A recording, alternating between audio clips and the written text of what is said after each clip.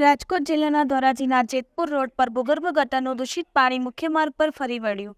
ધોરાજીના Jetpur road પર ઘણા સમયથી રોડ રસ્તાઓ અને ટ્રાફિક સમસ્યાઓ અને ભૂગર્ભનું દૂષિતને કારણે સ્થાનિક વેપારીઓ ત્રસ્ત। નગરપાલિકા તંત્રને અનેક વખત રજૂઆત કરેલ પણ કોઈ નક્કર પરિણામ ન આવેલ। આજરોજ જેતપુર રોડ પર ભૂગર્ભ ગટર ચેમ્બર ઉભરાયેલ, જેને કારણે દૂષિત પાણી મુખ્ય રસ્તાઓ પર ફરી વળ્યું। વેપારીઓ અને સ્થાનિક વેપારીઓ ત્રાહિમામ મીડિયા સમક્ષ પોતાની વ્યથા વ્યક્ત કરેલ। રિપોર્ટર જયંત વિંજુડા, ધોરાજી। મારું નામ જીતુભાઈ કોઠિયા।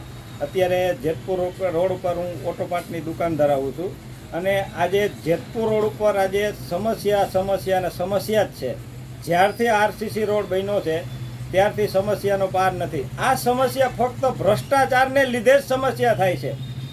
જે સમસ્યા આજે જોવો તો ગટરનું પાણી રોડ ઉપર નકરું ગટરનું પાણી ચાલ્યું જાય છે, ટ્રાફિકની સમસ્યા છે। આ બધી સમસ્યાને લીધે અત્યારે અમે પણ મંદિરના માહોલમાં સપડાઈ ગયા છીએ કે જેની કોઈ સીમા નથી અને આ બાબતે તંત્ર ધ્યાન આપતું જ નથી। તંત્રને કોઈ જાતની કાંઈ પડી જ નથી અને તંત્ર ઘોર નિંદ્રામાં સૂતું છે। એ જ મને ખબર નથી પડતી કે આ તંત્રને કેમ દેખાતું નથી કાંઈ। કેવી તકલીફ પડે? તકલીફની તો વાત જ જવા દો। આ ગટરનું પાણી એટલું બધું દૂષિત છે તે એના જે પાણીના છાંટા પણ ઉડે છે ને, તો આપણે તમારા ઘરે જઈને પાછું નાહવું પડે એટલું દુર્ગંધ મારતું પાણી રોડ ઉપર રહેલું જાય છે।